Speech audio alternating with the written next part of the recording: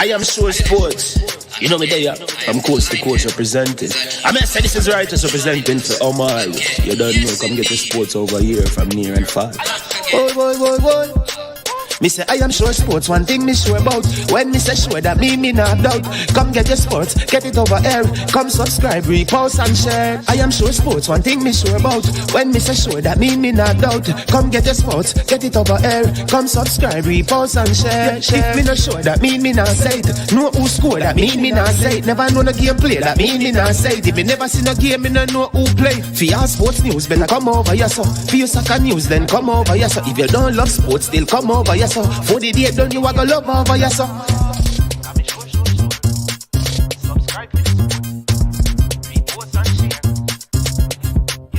So when it comes on to behavior concerning football, Jamaica is decent. I am sure that if we can get all of these things done, set in place by the end of April, it gives us enough time before the World Cup campaign. Not afraid of no Brazil, no Argentina with these crap of players. We are good enough. Remember to like, subscribe, share. Listen, comment. Let me know what your thoughts are. Trick Jerk Marinade gives your meats and vegetables authentic Jamaican jerk flavor. The spices are directly from Jamaica. Spices like jerk seasoning, allspice, scotch bonnet pepper, fresh scallions, thyme, ginger, and garlic. The key ingredients to a great jerk marinade. 0% sugar and low in sodium. You want to try it?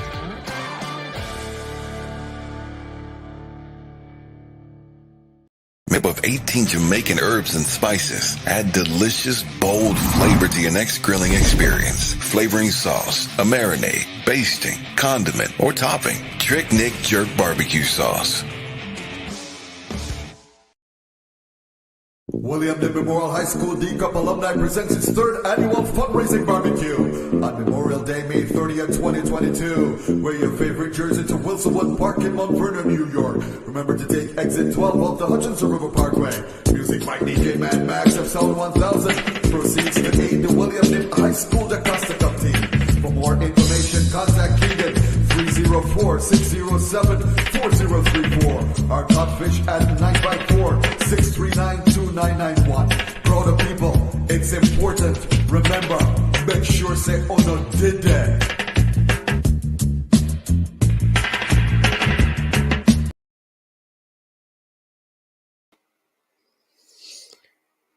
Greetings and good morning. Welcome to I Am Sure Sports. As usual, I am your host, Manningsman. I hope you're having a wonderful day. And if you have nothing to celebrate today, I can give you one reason. And that reason is you have life. And every day that we are alive, we ought to give thanks because it's not guaranteed. You know, none of us put any mechanisms in place to ensure that our hearts function, but they are working. So we give thanks to the one who is the creator and the maker and the sustainer of life. I challenge you today as you go about your life's work to seek to add value to someone's life. Maybe by a word or a kind deed, but find a way to add value to make someone else's life better. Again, we come to this platform to discuss the business of football. And I'm extremely delighted that I'm in the company of great footballing minds today. I'm going to introduce them to you, but before I do that, let me say a big thank you to the sponsors of this video. The sponsors are Prestige Finance, lending a helping hand when you need it the most. You can call them at 876-884-7390. Prestige Finance. They are giving loans of up to 100,000 Jamaican dollars to help you with school, or just adding some money to your business to make it better, right? So give them a call. It's very good indeed because it's a 0 to 4% interest rate, no processing fee, same day processing. Also a big thank you to Patrick Reed and Launch Legacy, where they handle risk and seek legacy for all your personal insurance needs in Canada and the USA. Visit them at launchlegacy.com or call or text them at 647-989-0782. This morning, welcome to all the viewers and subscribers. Um, here, remember when you come on, please hit the like button, share, and subscribe. We will not pause or stop our discussions to ask people to like, share, and subscribe. We do it up front, and then we do it at the back end. Today, I don't know how I'm going to do this. I should really introduce the person who was here first, but because he's the early bird, and in Jamaica we say the early bird gets the most worms, right? I don't know if he enjoys worm. I don't know, but I think it would be more appropriate if I introduce the late bird, so the late bird can introduce the early bird. If I could only see the late bird, he keeps disappearing and thing. But but in the meantime, I'm going to invite Mr. Ramin Kiani to join me this morning. Thank you, Omar. Thank you for that presentation. Early bird. uh, That's me. that's it. There you go. And we also have the late bird, Mr. Andrew Edwards. Coach Andrew Edwards, welcome. Morning, thank you for having me. So you label me as a learner. Uh, well, we have a little bird, an early bird, and a late bird. So, which name do you think best suits you? You pick one of the three for this morning. All right, so I hear you. I hear you. Yeah, but I'm going to ask you to start by do justice to introducing our special guest this morning, a very close friend of yours. Just tell all our viewers and subscribers who is this great footballing mind that we have in our presence this morning.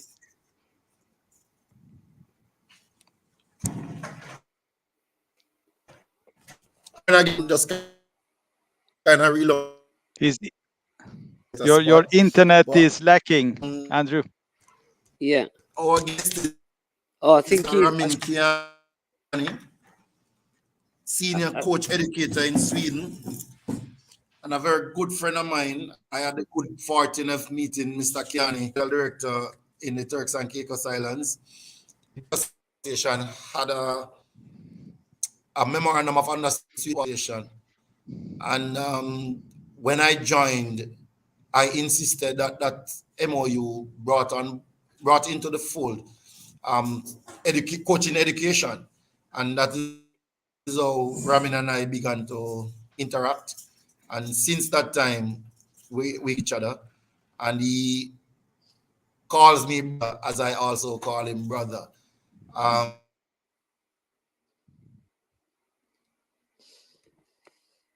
I think we lost him. Yeah, I think we lost him, and he's muted. All right. Yeah, Oh, he's.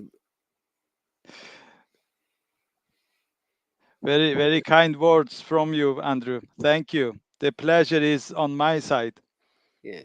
All right. So, Coach Ramin, tell us a little bit. I mean, in the meantime, can you share just help us to be, you know, give us a little bit more knowledge about who you are and your origins in football and how Yeah. you have ascended to these heights in Swedish football as a senior coaching educator.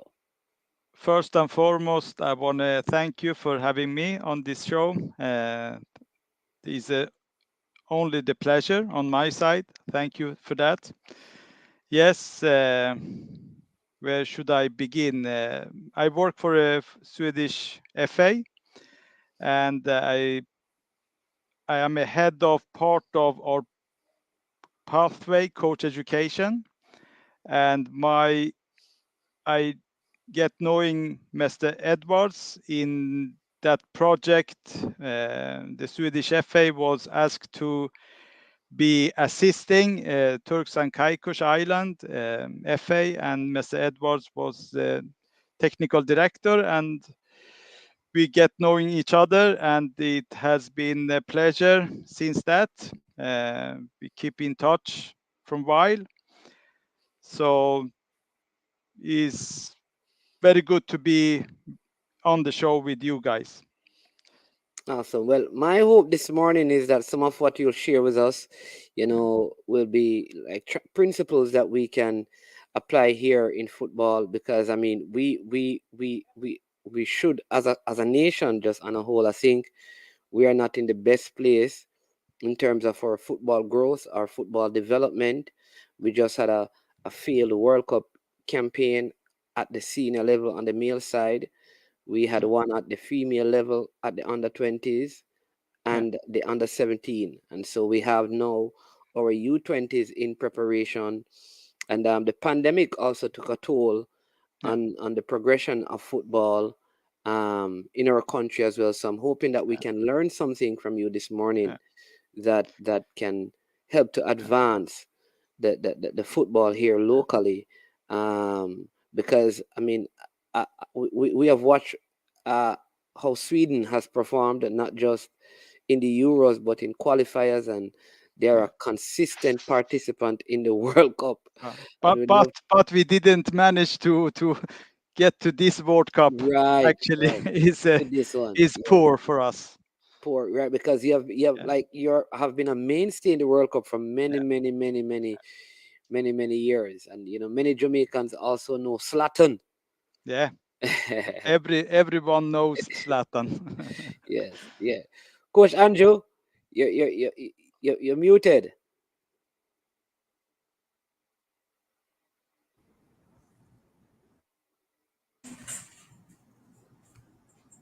Yeah, I'm here. I'm here. I'm here. Yeah, Okay, okay, all Still right. having a delay with hearing me. Yeah, there's a delay. yeah, Um, yeah, yeah. But that's fine. I think it is better. Yeah, yes, you're frozen and stuff. Sometimes what you can do, well, but fine. Let's work with it and go. yeah. All right. Um, yeah, but go ahead. Where do we start? I mean, you guys are the pro. Yeah. Let me when Andrew and me we had a talk and chit chat about this program, we decided to start to give you briefly idea of the pathway Swedish Football Association in the biggest perspective as well. So if you share my presentation, Mr. Omar, so we can start here. I will give you a big perspective and wide perspective what we do in this side of the world. As you know, we have our challenges. The distance in Sweden is far from city to another city. The climate is challenging you. There's a lot of snow. 6-7 months per year is very cold. We are depending on a lot of facilities, indoor facilities, to get going and develop our sport in Scandinavian. So we have our challenges as well. But I think we do something right anyway, and this is I'm going to talk about with you guys. So if you move to the next slides.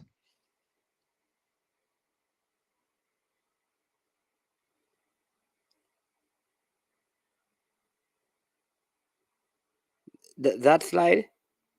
Next slides.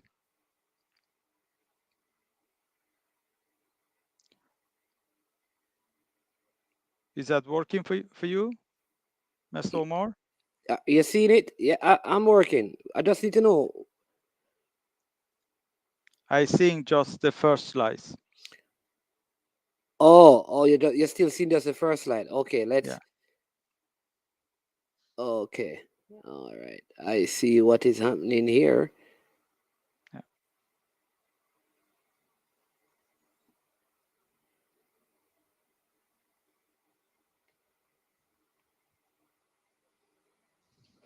Okay, While you are working with this, let me put the question, I can put it that way. What should, let me get my slide so I have it for just a minute. All right, so let's do it.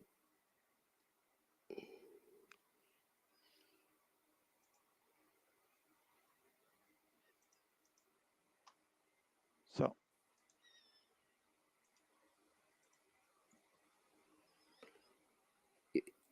That's it now. yeah, go back to, oh, you have another, the old presentation. Oh, so that is the old presentation. Yeah. All right, so let's get the new presentation, and Yeah, then we I should. think I send it to Mr. Edwards Yeah, we should today.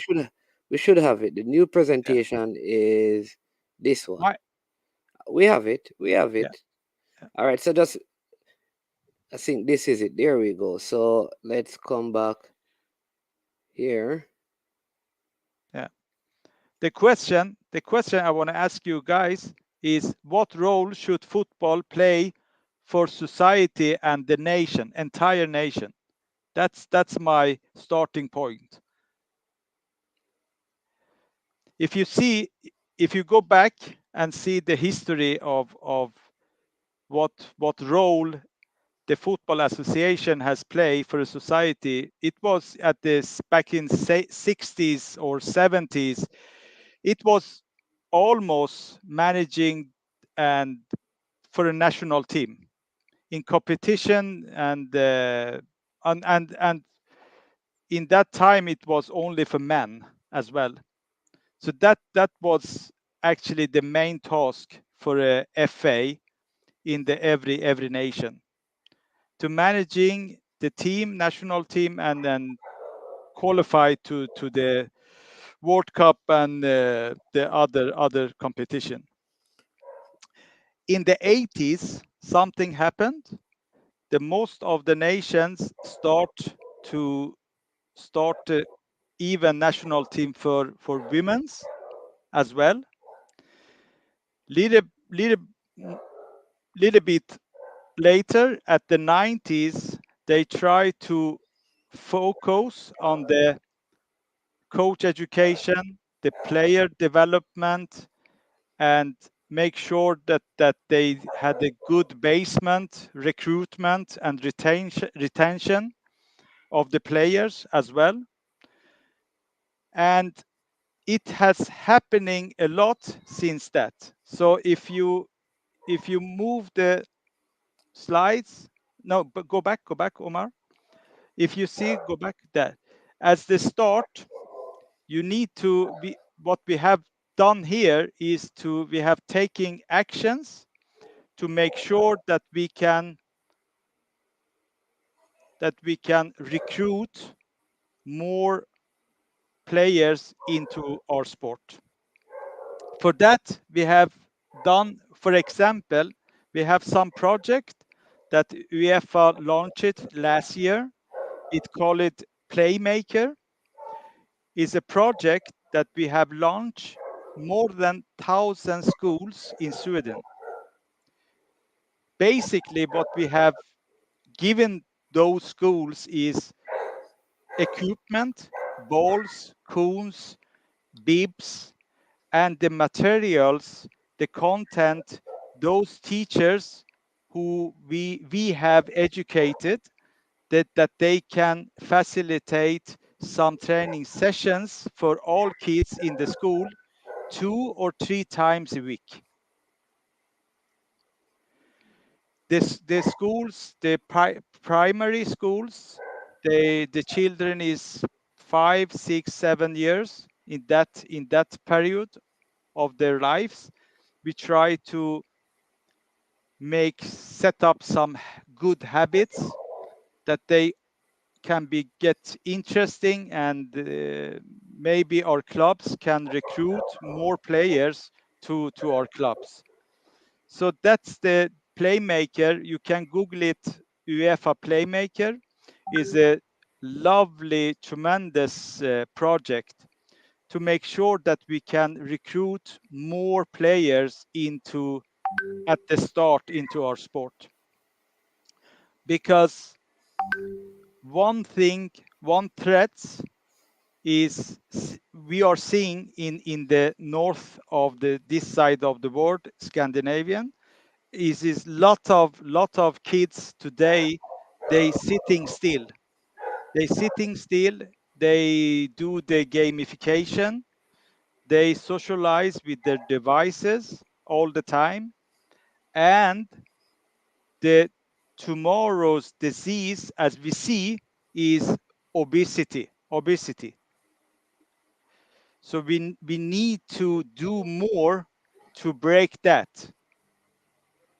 One way to go is to recruit more players to our sport and show the authority and the government and ministry that the football can play a big role for all the society and entire nation. In the grassroots and the youth period, we have also something that is very, the dropout amount of players drop out from football. What we have done during the past 3-4 years, that we have done some survey among those players who drop out from our football, and they point out the reason is they love to play games, but they not going to invest 4-5 training session in the week for playing one game at the weekend, in the end of the weekend. So what we have basically done, that we launch this, you can call it Sunday league. They can practice 1 or 2 times a week, and they can play the games in Sunday or Saturday. So is a key action for us to keep them involved with our sport. And the adult, of course, there is the elite side and grassroots side. We try to stimulate all those sides, and there is a mine goal, as you said. There is a one target here you need to stimulate, that we have seen this forgotten target. Sorry, I'm going to this target, we call it gold mine. The senior adults is a lot of disease in the society that we need to counterattack in the one or other ways. What we did for 5 years ago in Sweden, that we, togetherness with the hospital and the university, we did some survey or research. There is evidence-based, of course, now, that we had more than 500 senior adults, 70 plus, 80 plus, that we offer them 2 times a week to have a training sessions, play football. And we call it walking football. They go and they play football. After 1 year, the summary of that research was tremendous. It was shocking.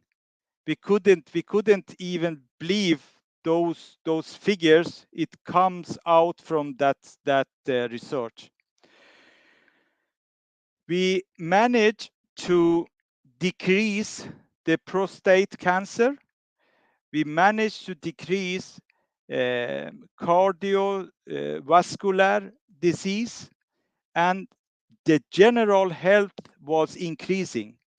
And believe or not, they even rebuilt muscle.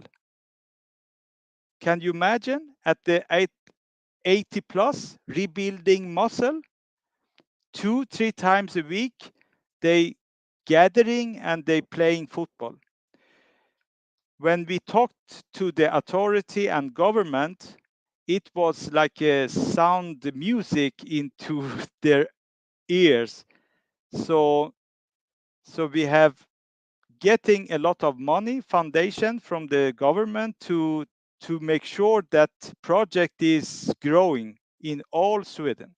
So if you go to the next slide, Omar, and play that video.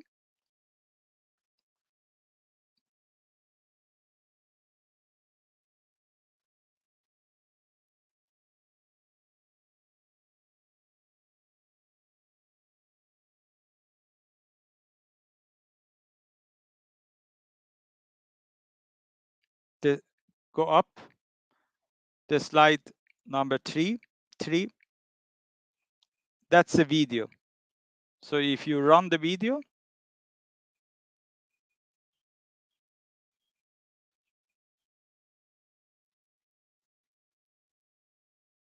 Now. Yes. It's coming. Put that button in the left, the yellow button. Go. Let's go back here and click. Yeah.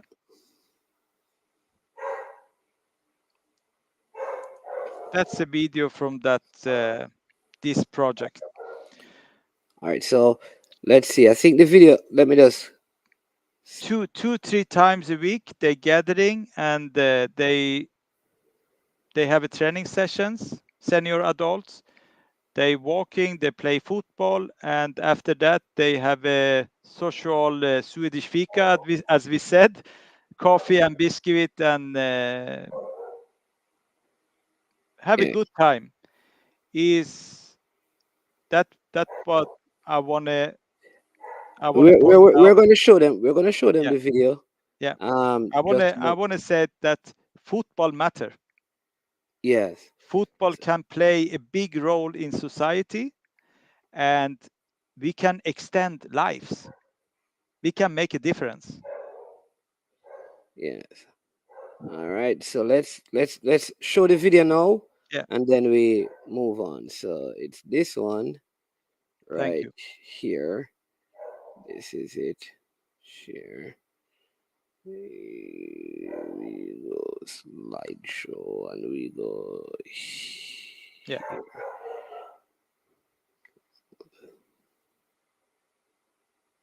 Thank you. There. It's coming now. You have it.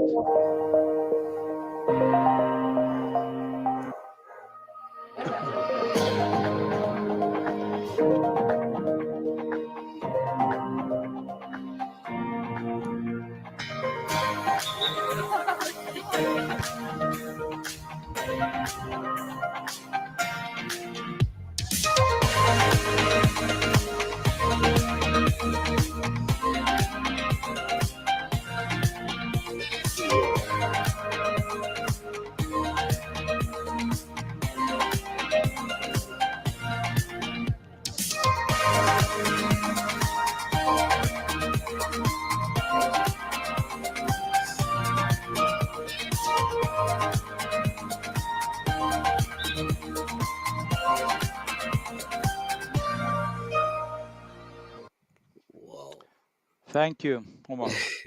That's Yeah. we have a lot of, as you I think you have it as well. We have a lot of socioeconomics weak areas in the capital or in the big cities, and we need to empowering the clubs in those areas. So that's the one thing we do with we work together with the political and government and authorities to make sure that we have, as said, they asking what do you want from us. We have a needs.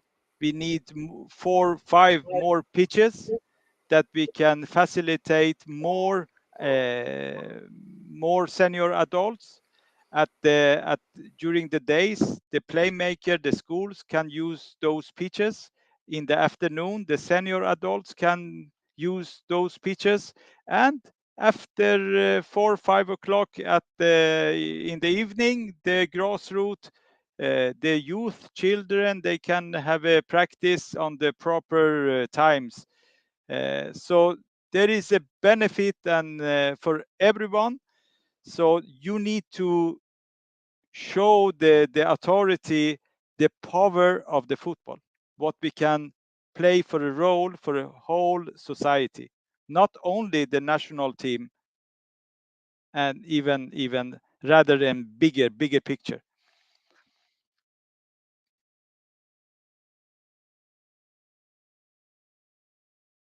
Andrew, did you know about this project? Yeah, you did show this in one of the presentations that we did back in the Turks and Caicos Islands. So yeah, Yeah. I'm aware of it. Yeah. It's a That it great has project, been, actually. yeah, it has been successful. Major success, if I might say Yeah, so. yeah. Actually, when you can show, you can make a difference for lives. Absolutely. Go to slide 4, Omar. And the Swedish football is part of the holistic view. When I work with the coach education, but I try to keep my eyes all the time in the bigger picture. So even though from time to time, I'm zoom in the coach education, but I need to zoom out from time to see the bigger picture, to make sure that I capture if there is something is happening around the world in the society, or FIFA, UEFA, sport ministry, and you need to keep your eyes on the road. So that's the holistic view we try to have on our mind. The I have a quick. society, what is the regulation, laws, of course, the Convention on the Rights of the Child, UN's convention, norms and values. Have a big impact on what we do in coach education. Are those norms meaning the norms and the values of the society, Yeah, or is yeah, it okay? yeah. Okay. I think is some can be similar in Jamaica or Turks and Caicos Island, but there is also differences in the Scandinavia. For say something, be on time is very important in Sweden. Okay. Yeah. Yes. To be on time. That's one of the For norms. mention one. For Okay. So mention to be, one. yes. So that is one of the norms or one of the values, to be on time. So that's where it will fall under society. Yeah, yeah, yeah, Okay. Then it says under sports you have FIFA, yeah. sports ministry, These are and UEFA. guidelines from FIFA, guidelines from UEFA. For example, when I do the coach education, UEFA C or UEFA B, there is a syllabus from UEFA I need to take under consideration. Okay. And then the Swedish FA have what, 6 components, which Yeah, is district clubs, coaches and yeah. players. Swedish FA. Sweden is divided in 24 districts, and we have more than 3,000 clubs Wow. across the country. And there is a lot of coaches and players we need to facilitate and educate in one or other ways. There is a strategies and the guidelines that we have conducting, and we must make sure that we carry out those guidelines and strategies. And of course, the coach education is for me is a heart in that picture. Okay. Okay. All right. And then the next slide. Yeah, go to the next slide. Yeah. And you see the coach education here. What we have done is there is a guidelines for Swedish FA youth football, children football, based on UN Children Convention, Swedish Sport Federation guidelines, Swedish FA strategies, science research that we work appropriately very together, very close. Of course, experience as well. What we have done during the past years that we have revised our player development plan, and also we have a new game formats in Sweden. The game formats was national 2019. I'm going to show you a video about the game formats. And the Okay. referee education is also revised by the game formats and player development plan. So The part of coach your coaching education the also coach involves education, everything is referee. integrated. Everything Oh, is okay. integrated to each other. So no one of our documents is isolated or separated. Everything is very much Okay. integrated. So if you come to coach education, you are going to learn about the game formats, the recommendation, each game formats, and also the player development plan. If your club hasn't owned player development plan, you can use the Swedish FA player development plan. It's a guidelines and it tells you what should you prioritize in that game format. Oh, awesome. Yeah. So if you go to the next slide, now I'm going to the coach education. It has been a tremendous journey during the 25 years. In the beginning, in the 90s, I carry out my first coach education, 98. Is the same year you guys qualified for Qualified for the first work. time to the World Cup. You Yeah. remember that? Yeah. Same year, I carry out my first coach education. It was very much or coach educator orientated. It was me on the center, and the coach educator was sharing the his for the most time was his experience. In the 2005-6, we did adjust our content. The content was very much sharp 2005-6, and it was like content orientated, and the coach educator uh, was guiding the candidates through the content. And it has been developed these methods and perspective. The journey has been developed since that, and now I will say that we have a content is very much participants or candidates orientated. That's me very proud. There is a modern learning, and we put our candidates in the center. I will Okay. get back to that. All right. If you go to the next slide, now the coach educator, the role of coach educator. If we want to make a better football, we need to have a better coaches. Better coaches make better players, and better players make a better football. So everything is connecting to each other.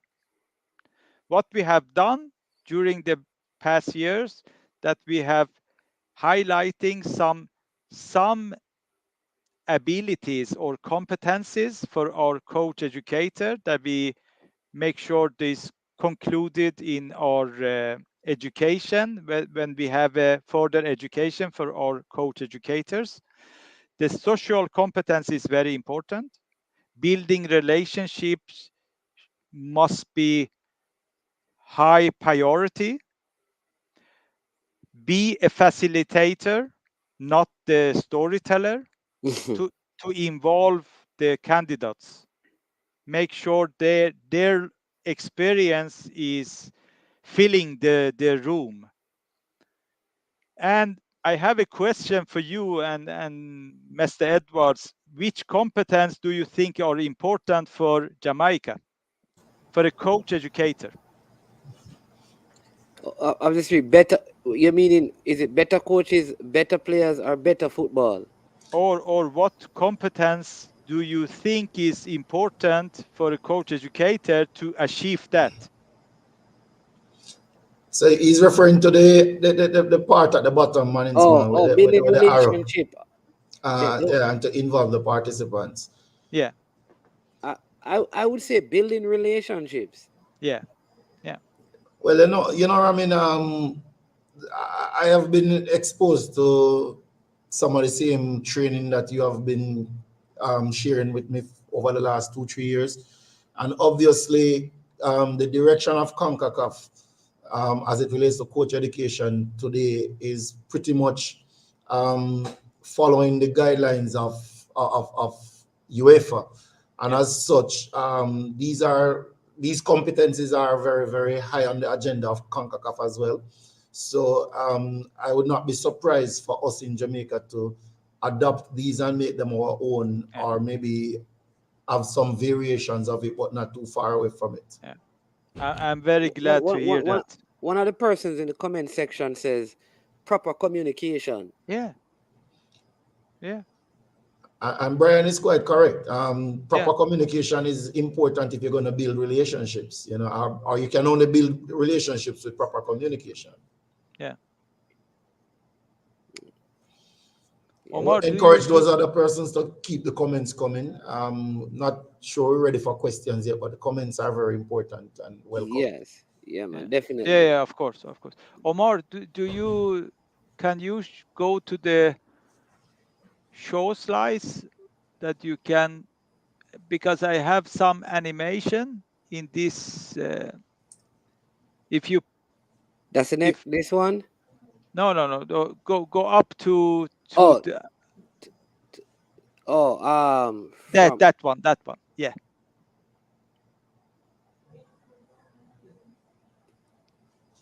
Nothing happened. I think he has to go into the show, into the. Yeah, no problem. I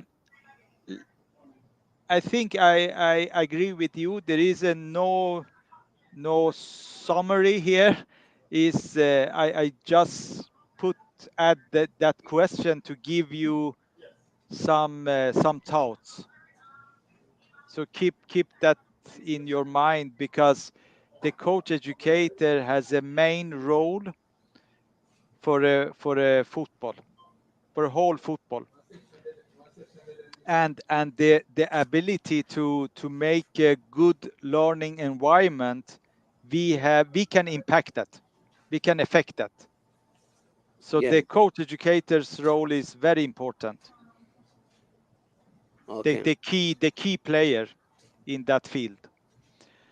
Okay, this is our overview, coach education overview. As you see, we have a core. Go back, Omar. That's. Yeah. We have a core program. Everyone entry. We call it leader certificate, or we call it Swedish Football Association D. We call it D.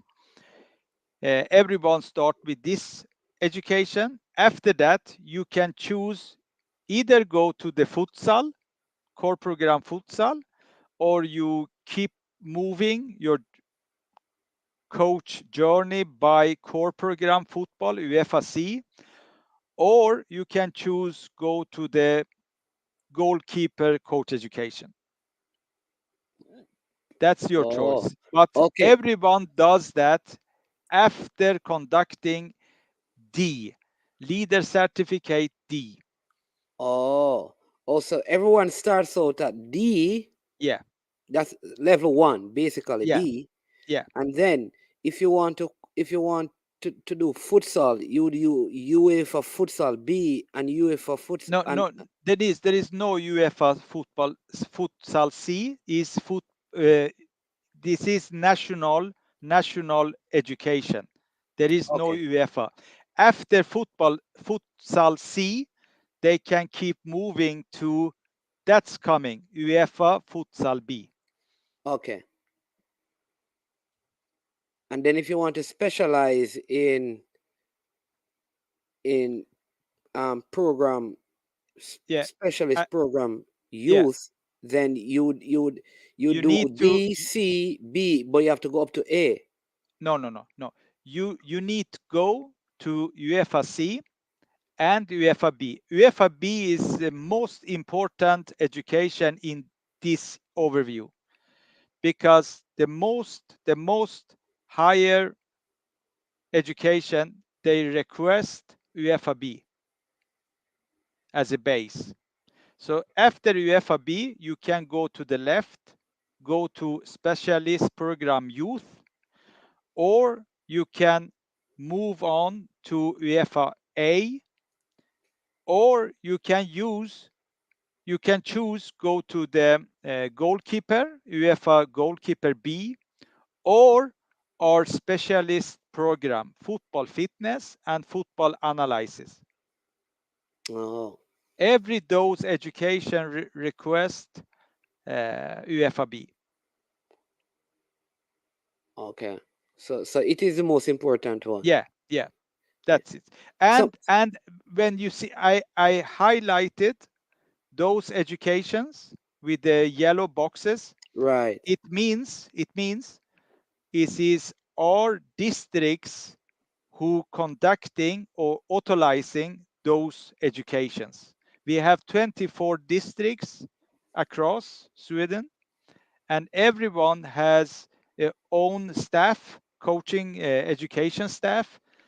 And what I do basically is make sure that they have content, they have presentations, they have a website that they can use because every education is digital and is online. They have a website connecting to each education. And also, I give them education for their coach educators. Okay.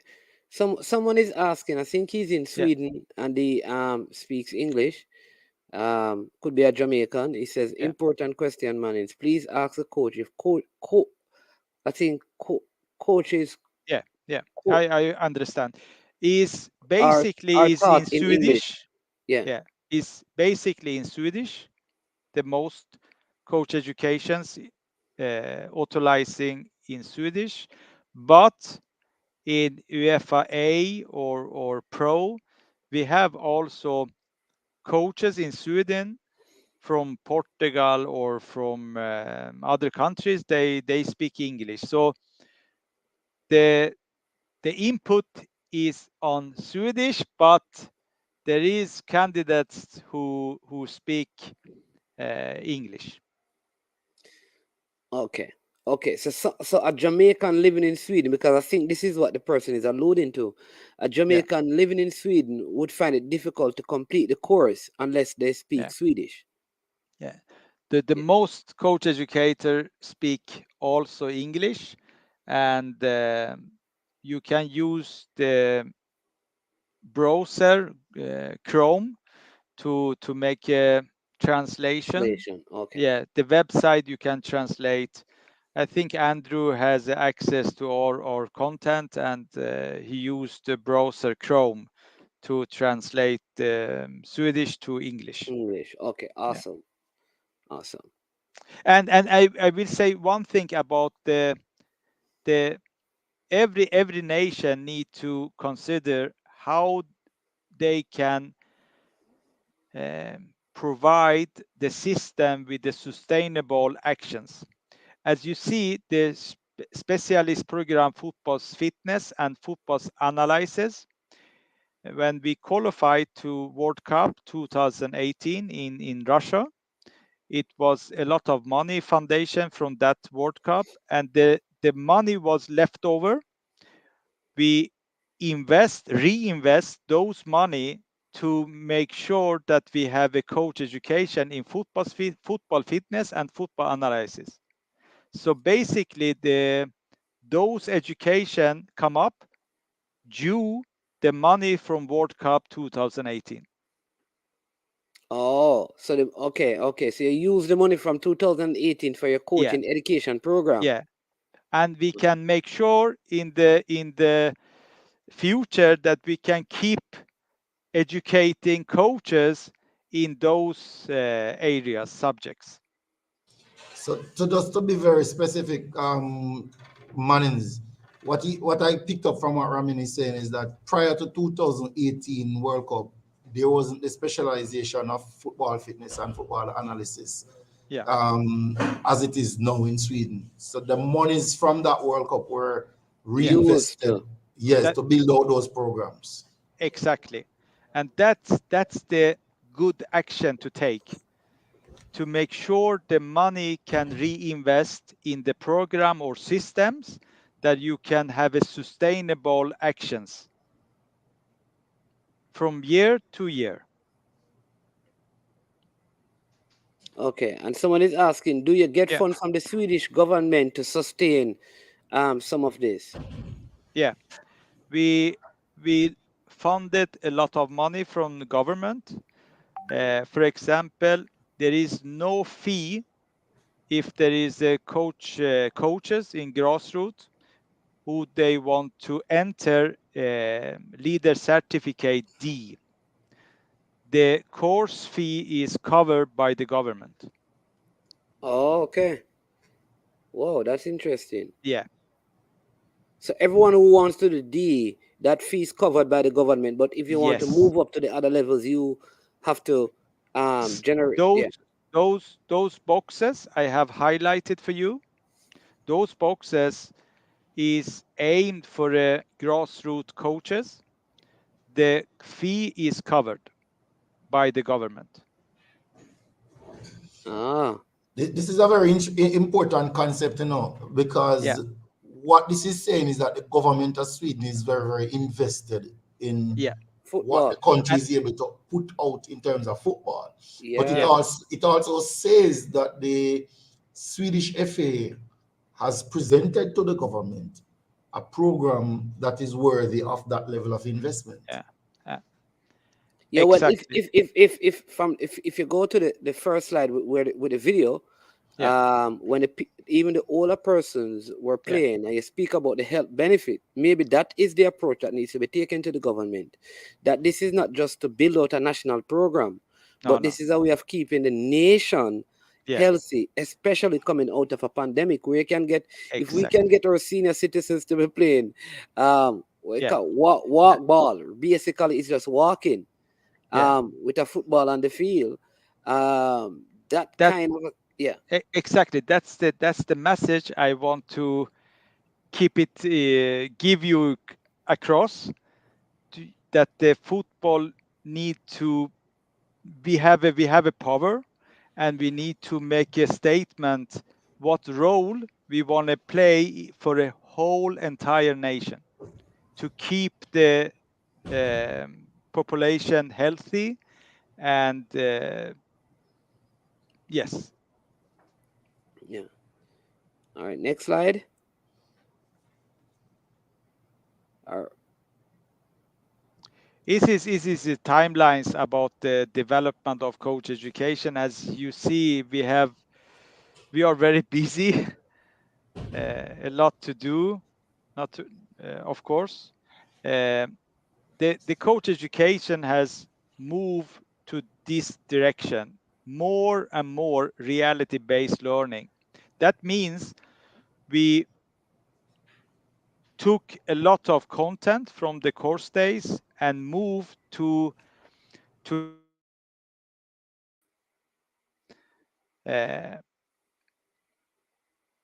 for example, between the course day, our coaches do a lot of home tasks, and they do it with their team.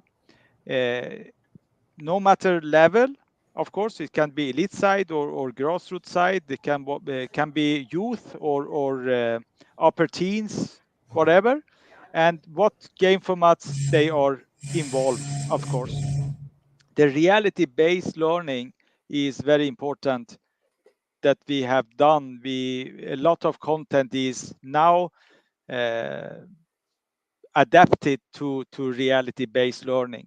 And there is, of course, a lot of adult learning principles were launched by UEFA that now we have adapt the content by adult learning principles. And as I touched that before, they create less content orientated education and now is more participant orientated. The content is more interactive guided content. The candidates do their home tasks with their team, and the reflection is exchange with the other course mates. And so the content is made by the candidates, I will say.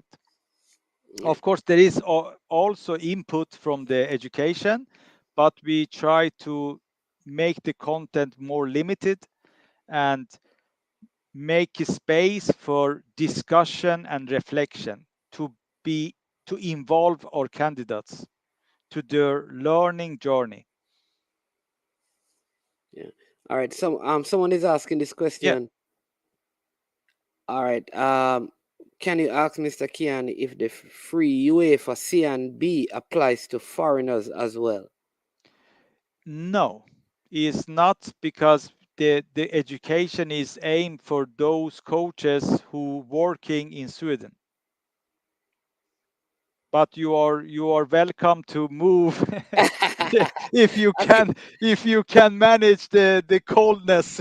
I think that is what he means. If you move to Sweden Yeah, and you're over there wanting to be a coach, yeah, um, if you will still be afforded it free.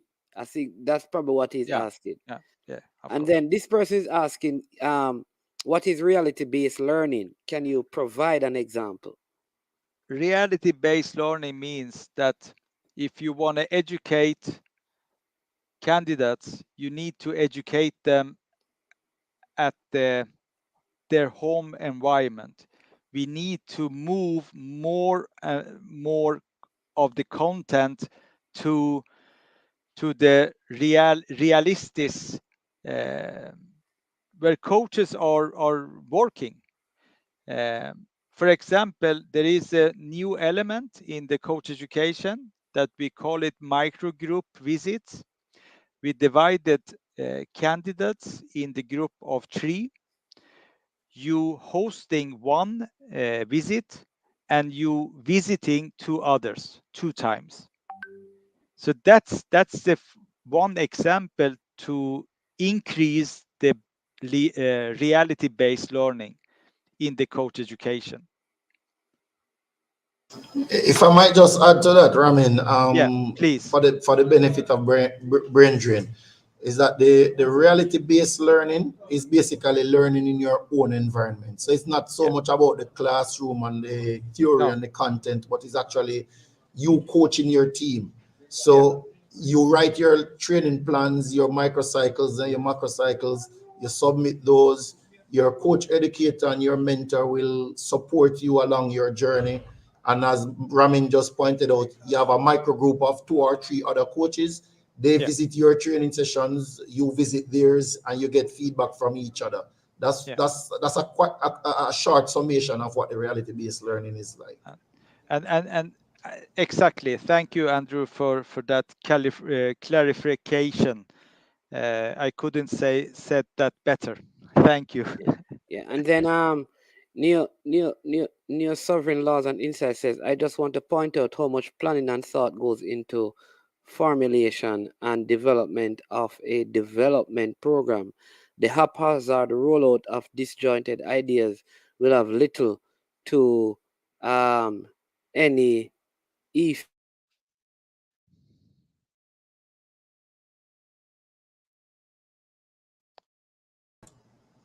Did we lost him, Yeah, Andrew? I think his internet might be freezing up a bit.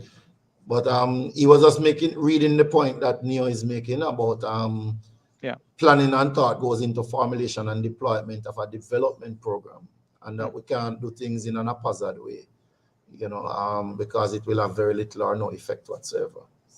Yeah. Yeah. So hopefully his internet service will come back up shortly. Yeah. But in the meantime, though, Ramin, we can just continue having a Thank you. conversation. Yeah. You know,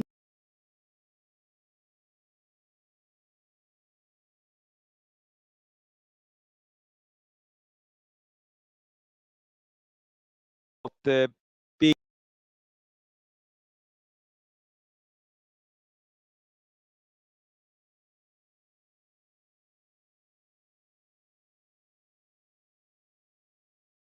very busy to make sure our overview is adapted or fit for purpose. absolutely. Yeah. Yeah, I think I lost you for a minute there. I don't know what happened. Well, No it was problem. your Welcome back. side, man. It's your side this time. It's You okay. are late bird. You are late bird. Yes, yes, yes.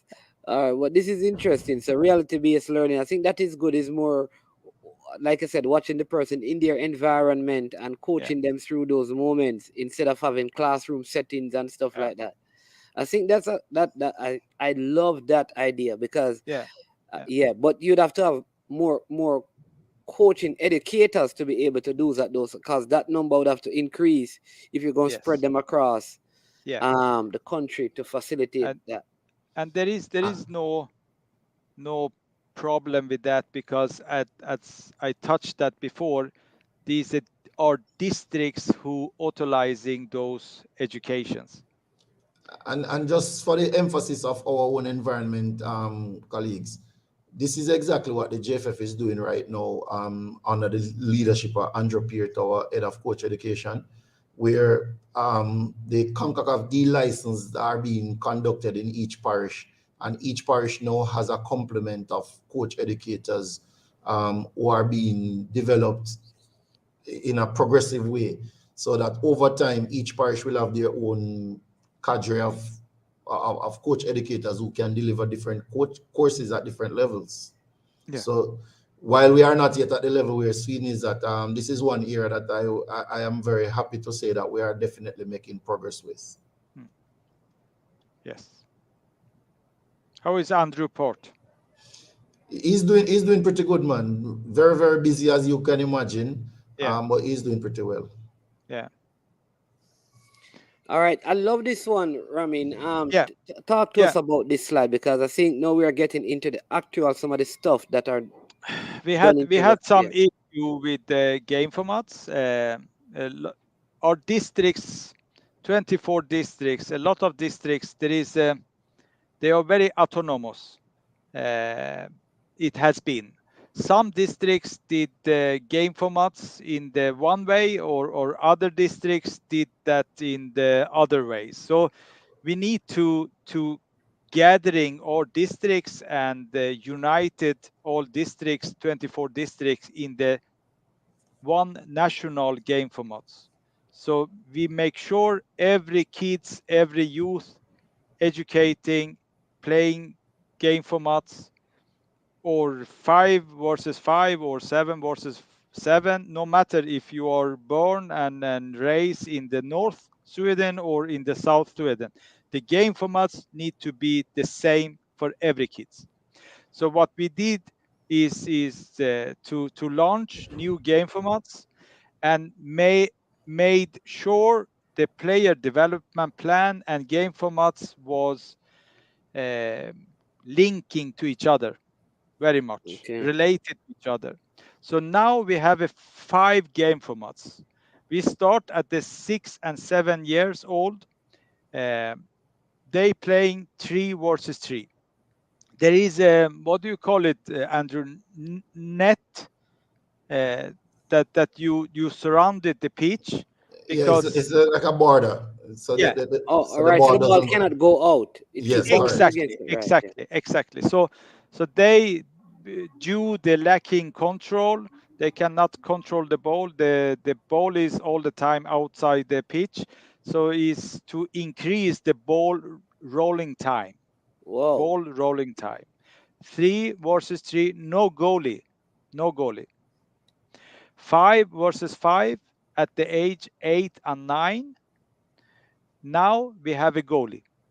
4 outfield player, 1 goalie. And there is some recommendation here. I will get back, or I can mention now. Both 5 versus 5 and 7 versus 7 had a retreat line.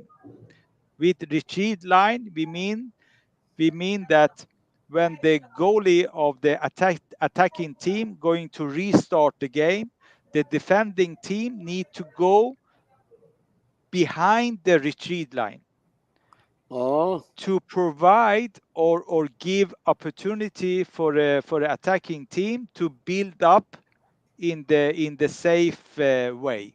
Ah, that's interesting. That's at the the 8 to 9. Five, five versus 5 and 7 versus 7. Oh, that's an interesting concept. I like that. Yeah. And after that, 9 versus 9 in 13 and 14 years.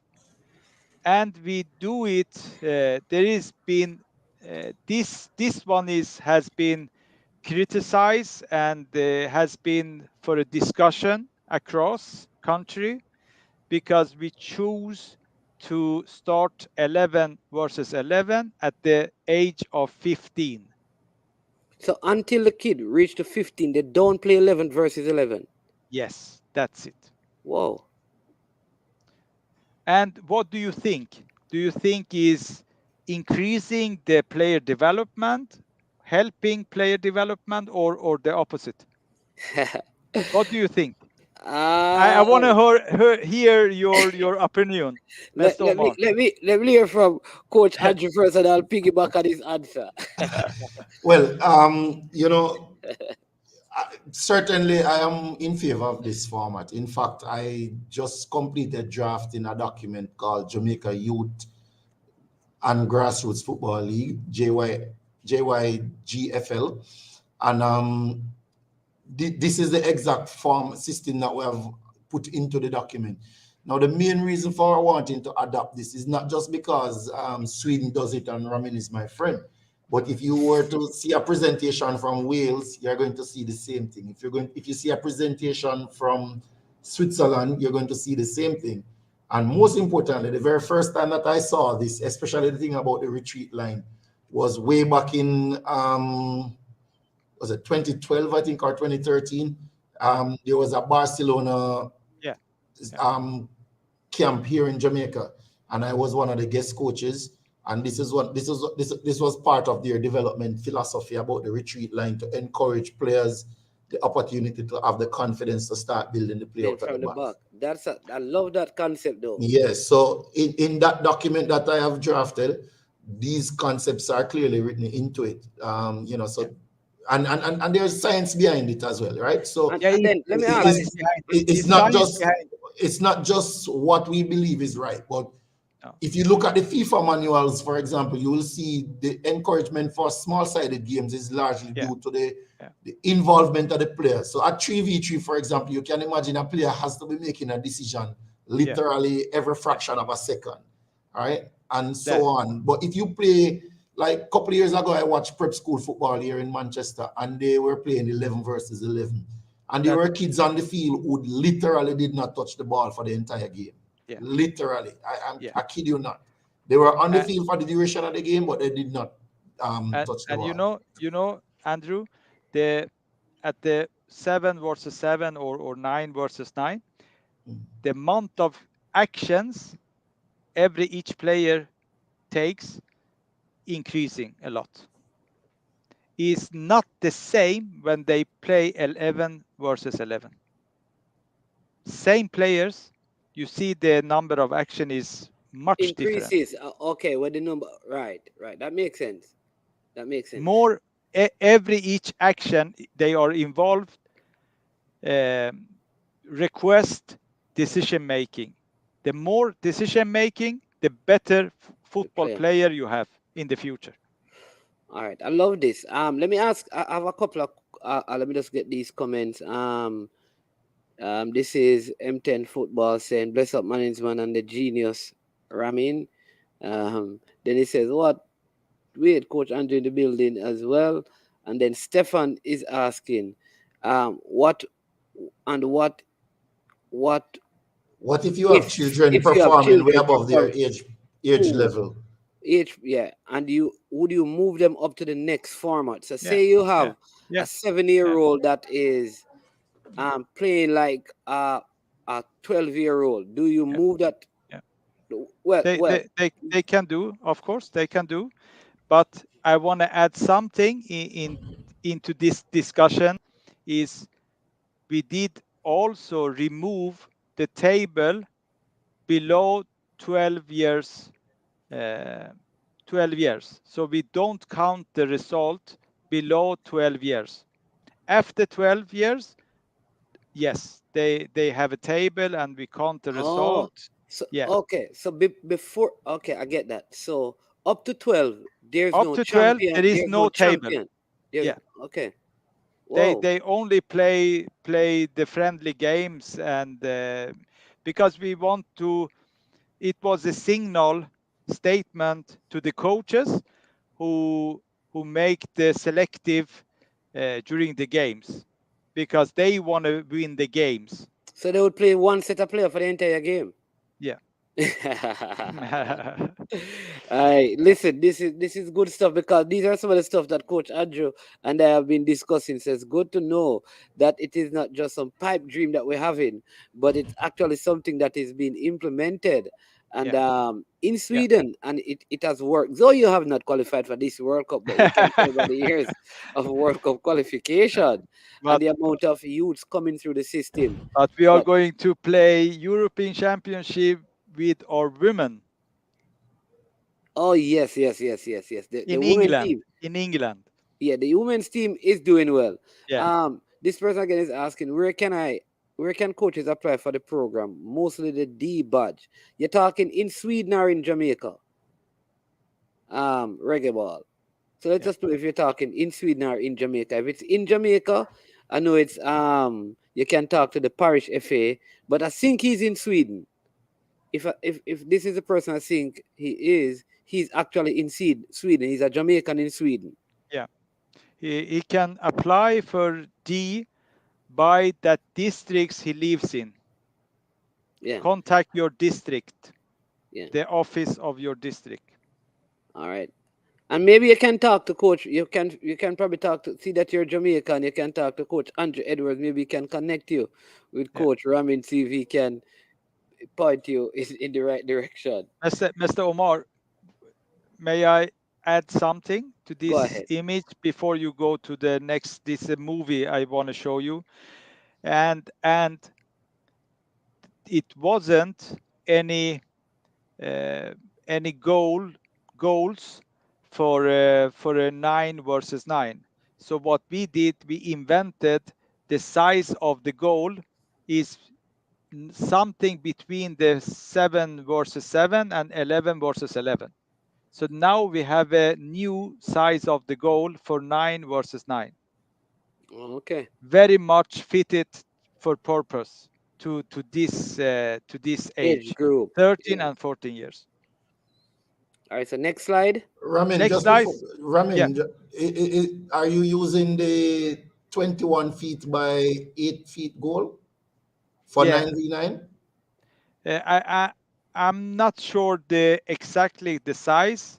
I will check this out and I will send it to you so you can highlight it next week Sure, in no the next problem. program. I asked because in the document I mentioned earlier, that's the Yeah. size that we have for 9v9 in it Yeah. actually. Yeah. This is smaller and then shorter compared to 11 versus 11. Correct, yes. Mhm. Okay, this movie about our game formats. Please run the movie. Run the track, manins, man. Yeah.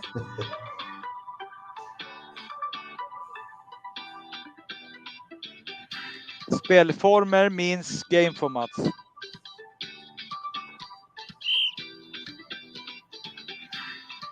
You see the pitch is surrounded by... Yes.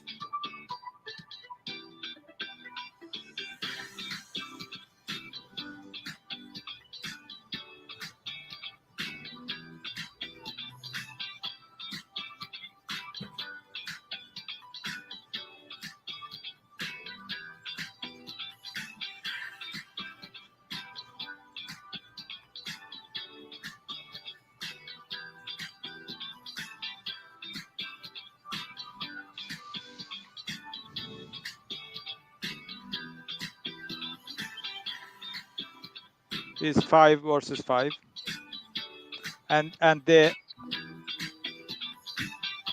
half line is actually works like a retreat line.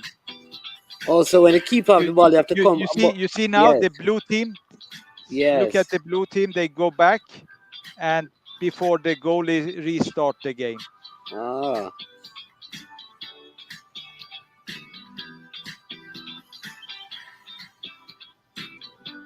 And in these ages, girls and boys play together. Now 7 versus 7. You see the pitch is divided into 3 zones. Yes.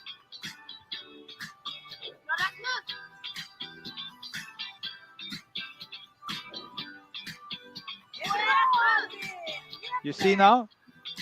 The yellow team needs to go back behind the retreat line. Yes. Now the goalie restart the game. Now they can put the pressure.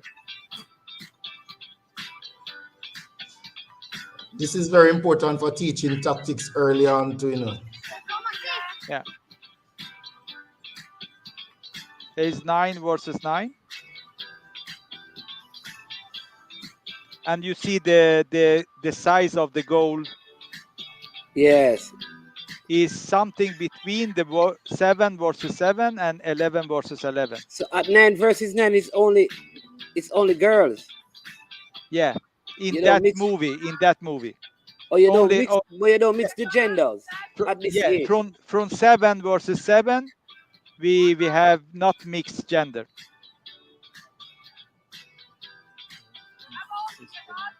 From 7 versus 7. And this is one of the areas that I depart from Ramin here, because I am in favor of the girls playing with the boys up to about 14, 15 years old. Yeah. You know. And again, this is also something that there is scientific evidence in support of. So, of course. And that may be because we don't have as many girls playing at that level. Exactly. That's one very important factor. So you need to recruit more girls into our sport. Absolutely. Try to attract them to come to our sport.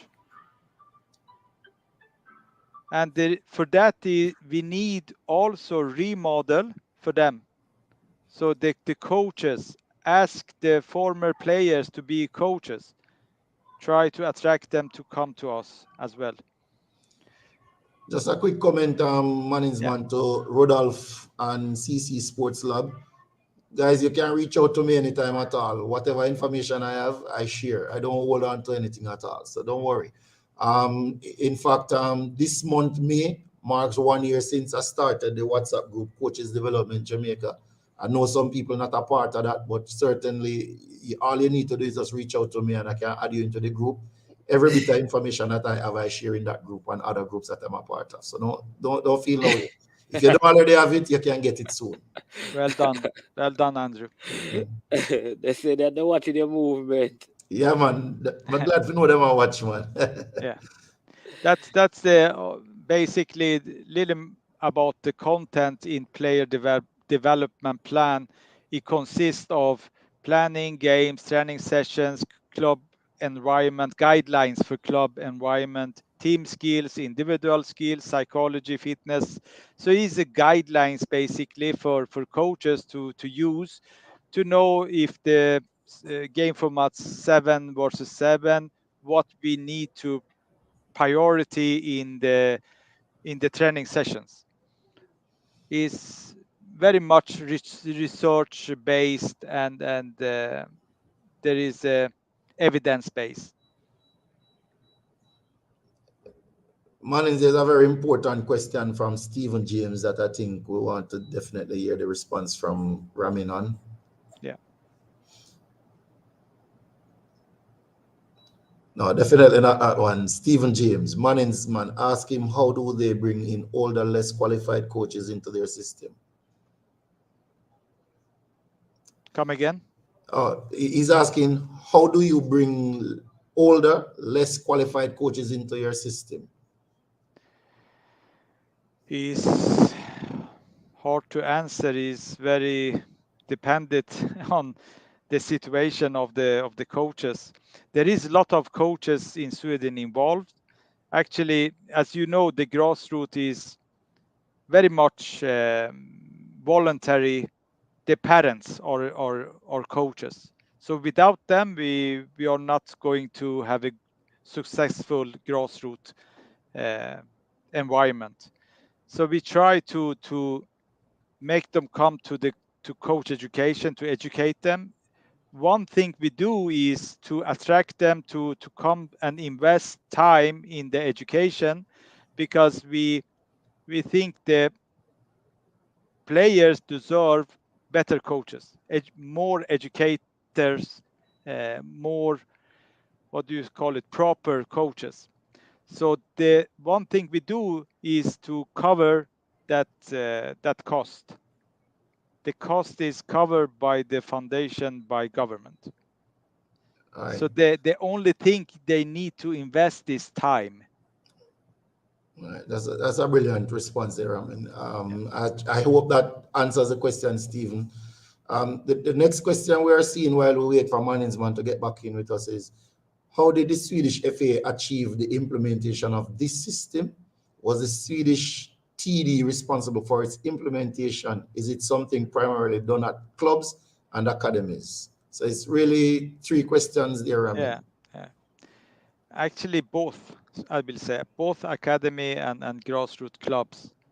And I will also give you a reminder, the Rome wasn't built overnight. It has been a long journey, bumpy road, as you said. Yeah. So it had been setbacks and successful moments. You need to have patience and you need to work hard, build piece by piece. And we have to appreciate that it is there's going to be a lot of challenges, and we have to step forward, step back, and go forward again. Yeah. All right, just keeping the questions coming in. I think there's one that says, with the challenges you have in Sweden, such as snow, places to play, etc., how did you address these issues? We play 3 versus 3. It was the question, Andrew? No, it says with the challenges you have in Sweden, such as snow Yeah. and places to play, etc., how did you address these issues? Indoors during the winter and falls, indoors. We have I will say that we need more facilities, indoors facilities, but we have quite all right facilities right now. But we are growing.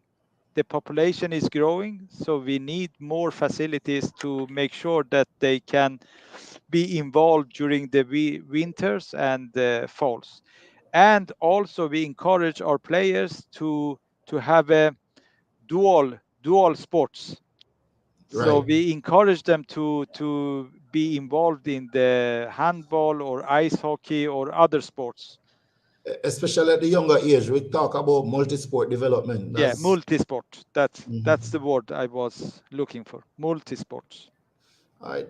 The other question I see coming up here is, what is the duration for each course, starting at the D level, the typical duration? The D consists of 2 days, and there is a period between those days. The period is home task reality based period. They need to do their tasks with their team. So the 2 days and the 3 or 4 weeks between the days. That's the D. On the UEFA C is 2 days, one course module, 2 days, period of 3 or 4 weeks, half day can be utilized digital online, for 3 or 4 weeks period again, reality based period, and 2 days to end the course. That's the C. UEFA B is utilizing following the season for the coaches. We start at the January and end in the November. Is the entire whole year. As you know, the season in Sweden is spring and fall. Sounds good. Just searching through the questions again. How are the academies governed, and what do you need to start an academy? And The what other academy subjects system, do? Sorry, go ahead. the academy system is more linked to the elite clubs, both Okay. in the boys side and the girls side. And the new trend is that more and more of our clubs, they don't start the academy before the children is 12 years. So they don't want to select too early. They understand the importance of to make the entrance to our sport wider and make sure that we have a lot of members. Understood. So they keep this. They allow the selection to stay until that age 12. Okay, got you. See another question. What other subjects other than football do they learn at the academies? Is psychology, is football fitness, and of course the football as the game that we call it. We have 3 pillars: the content in coach education, and every player development plan is 3 pillars: the game, the psychology, and the football fitness, and all are very much integrated to each other. So we don't want to, we avoid to separate the psychology from the game, or football fitness from the game. So we try to integrate uh, all those pillars into each other. All right. And then the next question, if we're following the sequence here, is there any chance your FA could find volunteers for a coaches exchange program with clubs or academies where Jamaican coaches could go to Sweden to see your system at work, and your coaches could assist, could visit and provide mentorship and so on? Yeah, it was one of piece of our plan, Turks and Caicos Island, and the pandemic come across, and we couldn't utilize our plan, Andrew. Right, I remember that. Yeah, it need to be set up, arrangement between the FA, Jamaican FA, and Swedish FA. So why not? I am very open for this exchange. It would be benefit for both sides. Absolutely, and I would be very excited to still get that opportunity to come and visit you. But of course, I know there are other coaches who would want to. Manning, just you're back with us. I tried to hold things together while you are away. I am telling you, thank you so much. I don't know, man, I had a power cut, so I'm bringing back up the stream. And the power cut choose to happen on the wrong day. I am telling you. No worries, man. I have one video to show in All that right. presentation. So let Do me we go. have time to? Yeah, man, we have time. I don't know where you're at, so let me just go All through. right, let me just ask the next two questions while you catch Yeah. up then. Yeah, All this right? this is where we were. Did we pass there? I No, don't see the presentation. Oh, no, you're not seeing it yet. Go ahead, no. Coach Andrew. Answer the question. Let me Yes, just so the check. next question is, how does a young coach who is not linked to a team get started in Sweden that is running? Is the same person asking? In the coach education, every candidates need to be connect with the team, because the home task is a very important element in the coach education, and they need to be conducting in the realities world. So either you have a team or you don't. If you don't, you can borrow a team to make your home tasks in the realistic In reality-based situation. learning. Yeah, reality-based learning. Yes. So reggae ball, you'd have to align yourself with a team one way or Yeah. another, Yeah. and then you could go forward. Yeah. And If you go to slides 16, Mr. Omar, continue, Andrew. I'm sorry. To no, that's slide fine. That's fine. 16. 16. Oh, this one. Yeah. And Before you run this movie, Andrew, you have more question? there's one last one. Someone is asking if you could just highlight a few of the challenges that Sweden had causing them to miss the World Cup. Basically, I think it was lacking of game time or match habit for starting players. If you see those players who start against Czechia or the last game against Poland, a lot of our players, they play the sub role in their club environment. So I think it was the main reason. It was some lacking in the last attacking third. It was a little bit lacking, and the coaches point out the reason. A lot of players, they don't play regular with their clubs.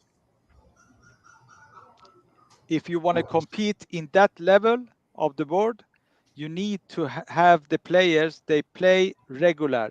Every Sunday, Saturday, they play the games.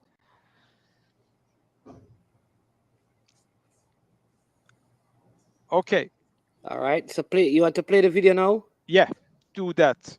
Let me show the beautiful of the Sweden.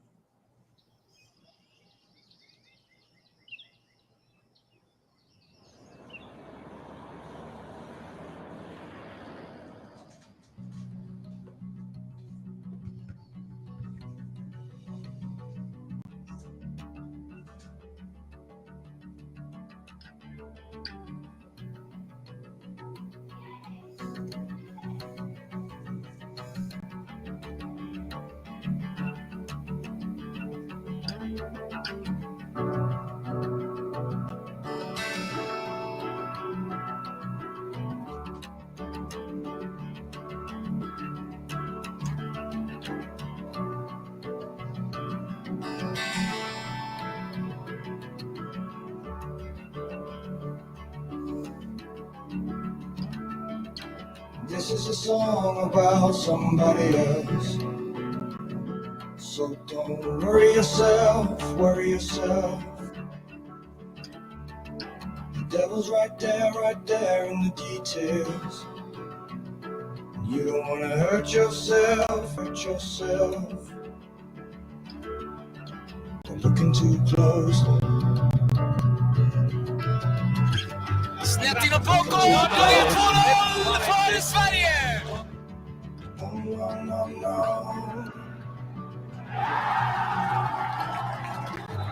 Och kan det bli mål? Vilken räddning! För nu är Johart ute, och det blir mål!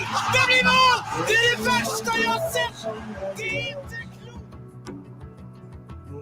Punish yourself. Brodin, har ni sett vilket mål?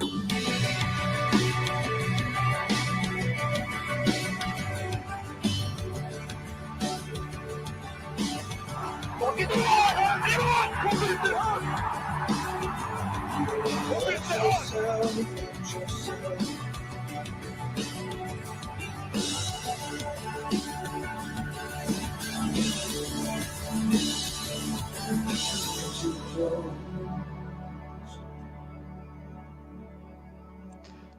That's us, guys.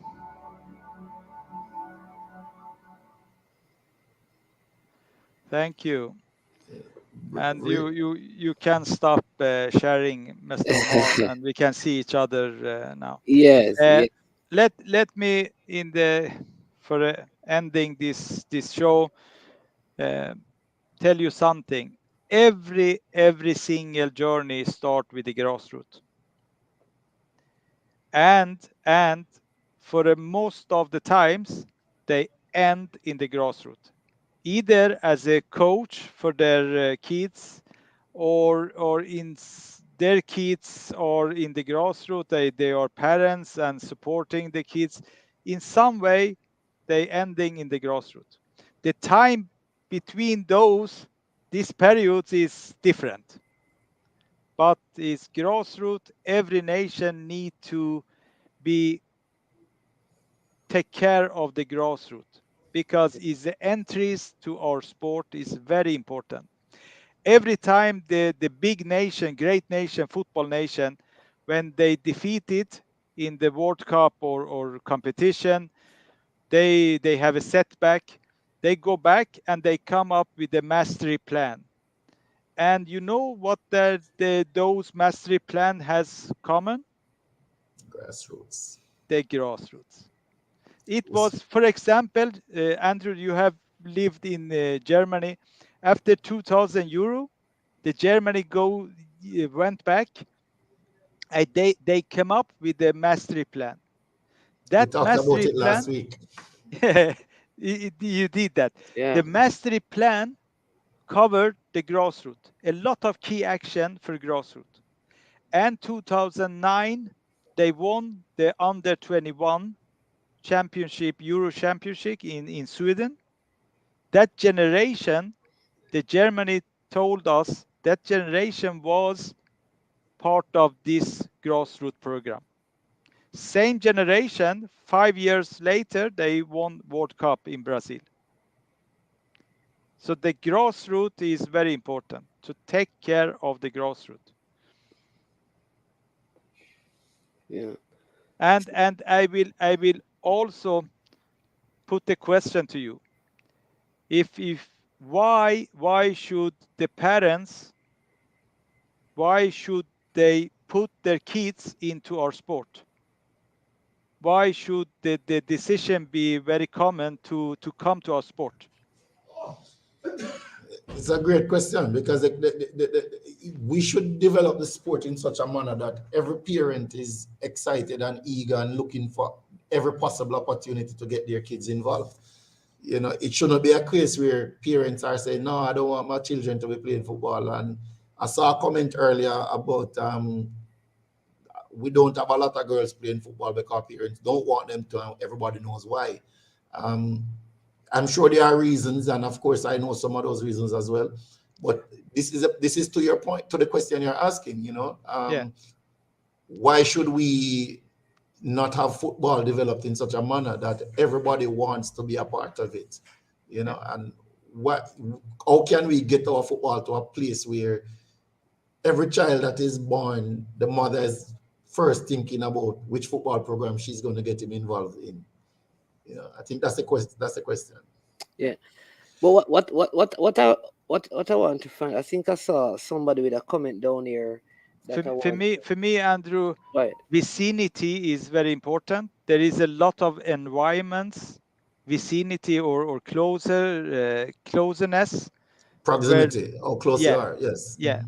So you can imagine after working day, the parents come home after 8-10 hours working, and they go one way 45 minutes driving the kids to the training session, waiting 2 hours and driving back 45 minutes is very hard. Very hectic. Yeah. So you need to provide more environments, more closer to close, yes. yeah. So But what about this? Do kids can take a bicycle and basically take a bicycle to the training session. Yeah. Is very important, Yeah. and the cheap. Our sport Yeah. need to be keeping cheap. I think there are a couple of factors that work against us in Jamaica. Just how our school systems are in terms of when kids get out of school, like in the evenings. Yeah. It's normally dark. We don't have a lot of Yeah. it's unsafe. So some of those factors we're gonna have to find a way of still doing some of the things, but doing them differently. Yeah. Right. And not only that, I don't think we have enough academies, like I said, close enough to these kids that people feel are safe enough, and the coaches are well prepared to do it. I think we're getting there because more academies are being formed and in Jamaica. But what I want to ask is that in Sweden, do the kids at any level pay to be a part of the academies, or is it free up to a certain point? Because that's part of the issue. A lot of Jamaicans are not at the place yet that they want to pay, just because of the economics, to pay more than say 500 Jamaicans. Yeah. It is up to the parents. It is up to the parents. If they want to put their kids into the academy, of course they need to pay more. They need to pay more, or they can choose to be part of the grassroots clubs, and the cost is less, of course. But either way, so even if they're going to be part of the grassroots clubs, there is a cost. Yeah, there is a cost. For example, my daughter is a part of the grassroots, and I'm a coach for her team. So I pay a membership to that club. My daughter pay a membership, but the fee is very low. It's not too expensive.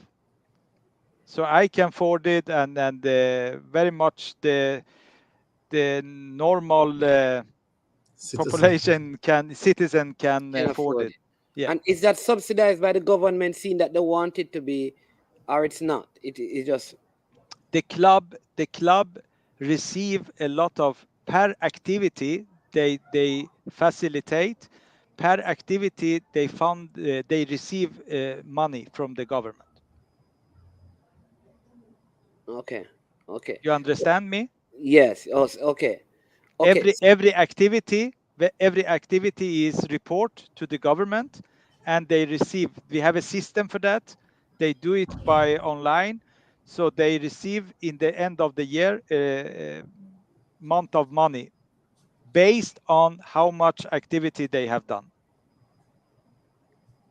Okay.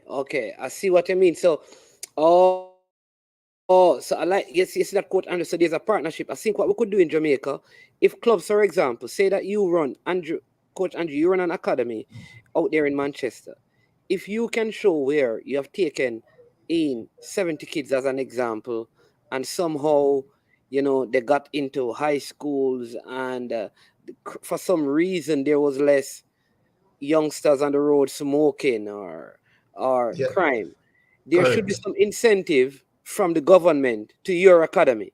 Absolutely. But though, man, if I understand the concept of the SDC, the Social Development Corporation or Commission, that was the intended purpose, because the SDC is supposed to supervise and facilitate community clubs in Jamaica. And that, as far as my understanding goes, I stand corrected if I'm wrong, that's part of their mandate. It's just unfortunate that these bodies have not been functioning in the way that we are talking, or at least not in a way that is open and transparent for all to see. Yeah, because a club could take up an underprivileged kid to bring them in, and then the government give them some tax write-off, or they pay less for importing and clearing their soccer equipment. Absolutely. Like stuff like that. If you're going to set up an academy, maybe the government need to look at, all right, we're going to waive all of these charges. And what you can do is, waiving these charges mean you will have to show us that you have you have 3 out of every 10 kids that you don't charge, something to that effect. So there is a partnership with government, and I think those are some of the. I don't know who's supposed to do this. If it is the local, if it is the JFF, I don't know.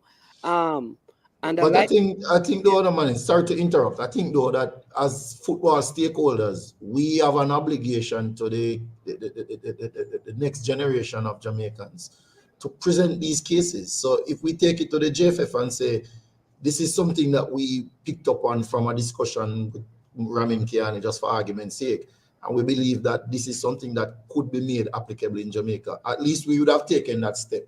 They can then say, yes, we will take it forward, or they can direct us where to go with it. Or, maybe there are people on the call with access to politicians and other stakeholders who can come on board with these things. Because at the end of the day, it is not for us to sit in a bubble and have all these grandiose ideas and not move them forward. It's just how it has to be. Yeah, because a lot of what Ramin has said, you can see that the government in Sweden, because just listening to him, I can tell you that soccer is the #1 sport in Sweden. Absolutely. Without doubt. Without doubt. Is it the #1 sport in Jamaica? Good question. That's a debatable question. It can be. But if we're not, we should get there. We could argue that maybe football is, but track and field is more supported because it's very close. Maybe it's the same. But then, management. I sorry again to interrupt. I was listening to the Minister of Sports speak recently, and when she rolled out the figures, football actually gets the larger share of the pie, and not track and field. So it cannot be reasonably argued that track and field gets more than football. If those figures can stand the scrutiny, then it means that maybe what is it that we need to do is to restructure how we present our football and how we distribute the resources that comes into football. Because you and I know, and I saw the comment here on the chat earlier, that the bulk of our resources in football in Jamaica goes to the top of the pyramid and not the base. And so the production from the base of the pyramid to the top is very limited. Whereas what we are seeing from Ramin in the instance of Sweden, and I can speak to Germany as well. In Germany, the difference with Germany and Sweden, as far as I'm understanding it, and it could be the same, is that in Germany, sports gets benefit from the government on a merit-based system. So, for example, going to the World Cup and winning the World Cup allows Germany to access more funds from central government versus, say, cycling, who went to the Olympics and did not medal. Just putting two scenarios on the table. So there's a merit-based system in Germany for sports organizations to get funding. So the amount of funding you get is dependent on the value of the work that you have put in. Yeah. Dre anyway is saying that in the States, he says that you can apply for a scholarship to play for the academy by submitting proof why you can't afford it. And that's also something that I don't know how feasible that would be in Jamaica, because those in the States may be making it's like in more developed country. I think it is easier to work some of these dynamics than. Yeah, I think that comment came from an earlier discussion in the chat about pain, that we should value pain. And I agree with Neo Sovereign, who made the post that even if we're asking the children to contribute $50 for membership, there should be a charge, because it is a fact. When people put their monies where their interests are, they value it more. Yeah. When we say, oh, you don't have to pay anything, they don't value it. They don't see it as something that they own. That is important. And I see here, doesn't the government give money to the JFF from the Chase Fund? What about giving money to the grassroots academies directly? That's a question that we'll have to put to the JFF and the Chase Fund. Yeah. And And somebody, Stephen James said, is by far the number one participated sport and fan supported. Track and field is the best performing. He's saying that football is number one, really. And then Stefan says, yes, we neglect the youth development and focus on our seniors, which I think is the problem with Jamaica's football. I think we want to build from the fruit instead of building from the root. I like that. The grassroots is you should start. Yeah. I'm sorry for interrupt you, but I think I need to leave now. Yes. Thank you so much. Listen, we are so delighted that you came on. Thank you. And you are here with us. Very, very, very. It was a pleasure to be with you guys. Thank you for having me. And I hope we'll see you in 2026 in the States when Jamaica and Sweden are in the World Cup. Why not? Me and you, Andrew. Me and you. Of course. Before that, I want to take you to Jamaica. So we're working on that. I'm looking forward to that. Yes, we need to talk to the powers that be. You need to come here, man. You need to come here and think. So we're going to put it together. We have some great minds in these things, and we have Andrew, so we can put that together. But thank you so much. It was a joy having you this morning, and I know that there are many things that I've learned. Thank you, Andrew. Thank you. I see somebody writing something I think is Swedish here. It says dags for fika ramen, kanel bull. Swedish fika. Okay. Yeah, Ramin, my brother, thank you so very, very much. Really appreciate your prompt response to the request. And of course, as always, the invaluable contributions that you make to coach education in Sweden. The pleasure was on my side. The pleasure was my side. Thank you very much. Thank you for having me. Cheers, my brother. Take care. Have a nice one. Have a nice one. Goodbye. All right. So people, I don't know, Coach Andrew, anything you want to add? I mean, there are many comments flying in. I don't even know what you went through, so I can't even. I can't even. No, it's just a lot. In truth and in fact, there's just a couple of things that really, really stood out to me, though. And I made note of it, that the involvement of the political directorate in the sport is very, very critical. And I think, to the best of my knowledge, the approach to government has always been just one in which we come with outstretched hands asking for monies to support a World Cup campaign, whatever the case may be. But looking at what Ramin presented here today, I think that there's a case for us. And when I say us, I really mean the JFF, but in spite of the fact that I don't work with the JFF, I cannot sit and talk as though I'm not a part of Jamaican football. Yeah? So for us to make representation to see how can we contribute to, say, for example, Vision 2030 with a program that causes the government to say, hey, let's take a stop here.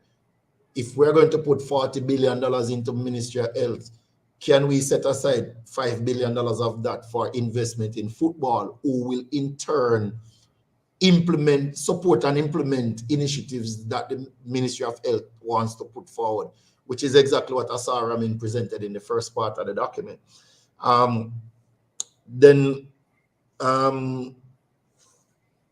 You can see that there is a clear nexus between the need of the society, or the needs of the society as a whole, and what football brings to the table in fulfilling those needs. So that would be in a nutshell my biggest takeaway from the presentation. Obviously, on the football side, there are a lot of things that he mentioned that we would have talked about as recently as last week. Yes. So football is football anywhere in the world you go. The language is common. But how do we go about implementing and executing programs in a way that breeds success in the long term? I think that is what we have to really look at. Listen, I think for me, one of the big takeaway was that first slide with all of those older person playing. Exactly. And that was sold to the government as a way of keeping society healthy. In other words, this is not competitive. This is walkthrough. And by walking and just kicking a ball, you get physically and he talked about all the different health benefits and how people were having better muscle stuff and all of those things and ligaments, all of that. I think this is something that the stakeholders in football, persons like you and probably me and others, need to present to the government. Say, listen, when we speak about football, we're not talking about the national program. We're not talking necessarily about Manning Cup and the Costa Cup. We're talking about all of Jamaica, from Negril Point to Moran Point. How we can use this for the, not just for the competitive benefits, but for the health benefits. And not just health alone, because there's also the social side of it. Because remember, there are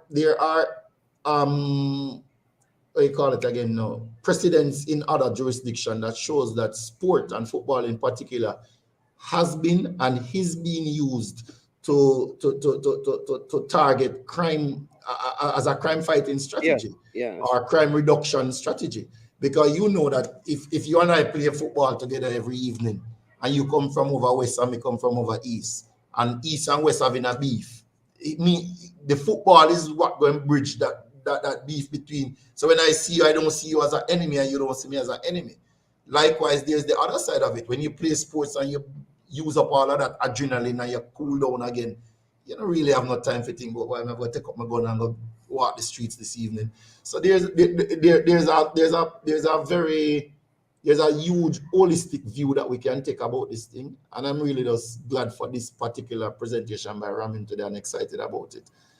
So and just people, I want you to know that we're gonna have other great minds to join us, because our task is to get information out there so that and to learn so that we can be a part of the change. This is the first of many programs that are going to go down this path. People from outside of Jamaica who took steps to improve the football in a holistic sense in their country, to see what principles we can apply to our football. We'll be back at this next week, Friday. Same time, same place. We also have in next week, listen, we have some great guests coming up for you. We have Brian Pensky. He is one of the top female football coaches in the States. He was at Tennessee. He's at Florida State. We have him. We have a couple of Barnes coming up, one with a J and one with a M coming up as well, giving us their ideas. And this is between Sunday and next Friday. So we'll also have a big program. Coach Andrew and I are going to work on to get some persons out there to come on and speak about this. Somebody here is asking. Yes, he's from Manchester. No, I'm not from Manchester. I live in Manchester. Oh, he lives in Manchester. Careful. For some reason, I thought you went to. No. He's from over east. He's out from east. Yeah, over in the east. Yes. No, and the east is the best. Just a quick comment here. I see Stefan making a point about parents getting the kids out. Stefan, that onus is pretty much on the clubs as well as also the general society. Because the truth be told, where I am conducting Genesis now, I have had parents literally saying to me that they're not so sure that they want to come there.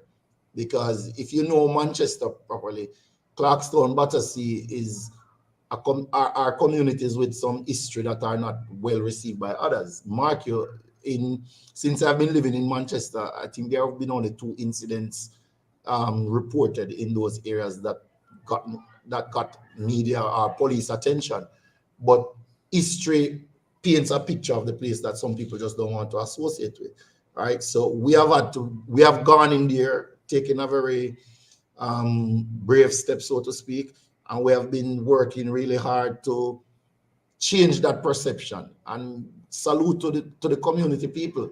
They have been slowly embracing the direction in which Genesis is trying to move, and they are really coming forward in a better way, so to speak. So just to give a quick example, when we just started the very first week, one evening I was out there for practice, and a guy had about 3 or 4 length of lumber on his shoulder, and he walked right through the middle of the field, with it, right? And I spoke to him about it, and about another 2 weeks later, he did the same thing.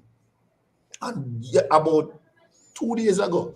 I saw him and him said, Coach, big respects, man. I see where you're going with, you know. We are take note. And he walk right around instead of across the field this time. For me, that's a big win because he's now paying attention to what is happening and saying, hey, this is bringing value to the community. I have to support this. And if his support is just simply not to walk across the field when we're training, it's a big deal. You know, it's a big deal. So for us who are in the football, we have to do our part. You know, I said to my board that we're not going to pack up and move out of this place just because it is uncomfortable. We're going to work with the people and we're going to play our part in changing the rhetoric. We're going to play our part in educating and facilitating people for a better worldview of themselves and of life. So I don't believe in the easy way out and just pointing the finger across there. Because if you look at it right now, there are 4 fingers or 3 fingers pointing back this way on me. So we have to take some responsibility before we look at others. You know? Yeah, and somebody's saying you saw that one need to be held responsible for only relying on their kids playing for man. schools and not trying to get. Yeah, it's the same one I'm responding to. Yeah. Okay. This person I'm from living soon would really like to get in touch. Yeah, man. Just post up the contact information. You already have it, so just post it up. Phone number is 876-349-0939, and we're up on the Instagram, the WhatsApp, Facebook. Just reach out, man. No problems. Yeah. Really appreciate linking up as well. That question about what to achieve. So we just completed the draft of our 10-year strategic development plan, and we are aiming to, in 10 years' time, become the #1 football academy in Jamaica. By doing so, there are a number of smaller goals that include developing players who will represent the nation, having an impact within the community, ensuring that all our players matriculate for graduation from high school. And we're not talking about 13 and 15 subjects or even A's and B's, but just matriculating for graduation from high school, you know, among other things. You know, we are looking forward to developing and owning our own facilities and getting to a place where we can have residency and all of that. It's a long journey, you know, but we thank God. The vision I have is shared by the people who serve on the board now, and it's looking good. So we're taking our time and making the steps. Yeah, man.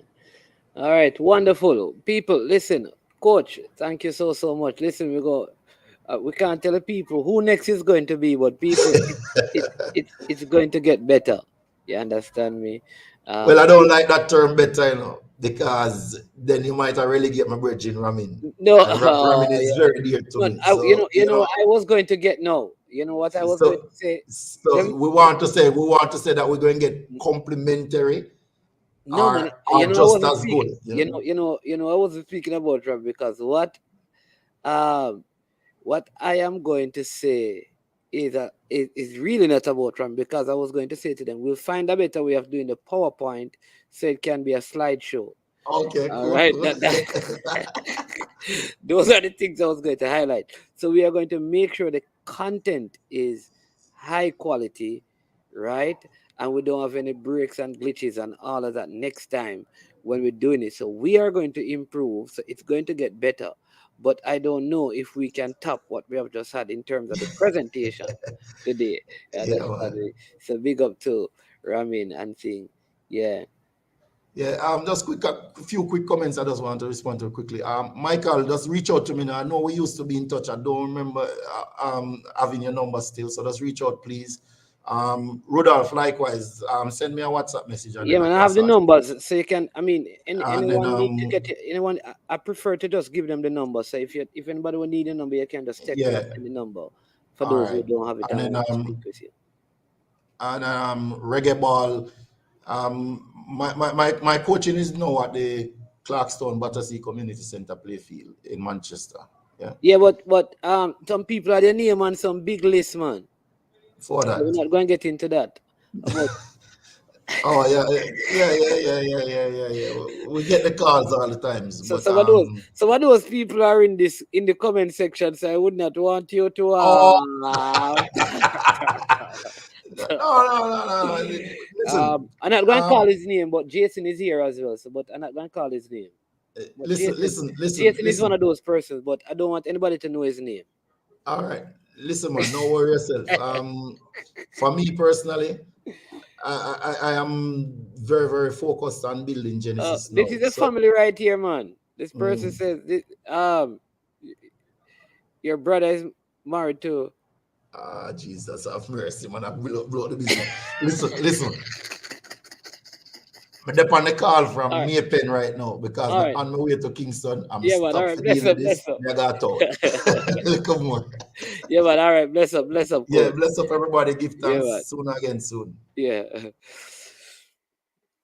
All right. So there you go, people. Great show. What can I say? I have nothing to add, nothing to take away. Big up to every single one of you. Thanks again for your support. Thanks again for watching. Please, if you have not yet, hit the like button. Like, this kind of content is the kind of content that we need every now and then. You know, we need to, the madness is good, but after the madness, we need some sanity. And, you know, information like this helps to bring sanity to the footballing discussion. The madness is good sometimes, you know, to get us all riled up and emotional and into our feelings. That is good. It brings that excitement, but sometimes we have to sit down and discuss it at a higher level, and that is what happened today. Again, thank you so much. Really appreciate every single one of you for being on to the show. We have a lot more. We have someone from Wales coming on, someone from Cameroon. We have the Barnes coming on. We have persons from the States just looking at the footballing discussion. So stay tuned. And Stefan Wright. Yeah, man. Let me know, you know, how that is going. That is true. We need that. But bless up. Can't call all the names, but every single one of you, thank you so much. On our JPL show today, we're going to be having a Jamaican American-based entertainer who will be talking to us. Just to add a little flavor to the show, he's going to be on our JPL show that starts at 2:30 today, looking at the JPL games coming up. So if you want a little entertainment, you can join us at that time. I'm Manning's Man. This has been I Am Sure Sports. Have a wonderful, wonderful rest of the day. Yo, watch your bad dog, SK New Erdis, the body out there, Sniper King I represent for I Am Sure Sports. You get to me, I say, when you want the latest news and sports and updates and all of that, check out I Am Sure Sports. You know the thing goes in. Remember, cover the whole island. Remember Kingston, Westmoreland, Galchester, Ocherase, Galtigo Bay, everywhere. I Am Sure Sports, check it out for the latest news and latest updates. Sniper King I represent. Where them feel like, yeah, someone on for the food from young, from where they knee height. I Am Sure Sports. Yeah, dog.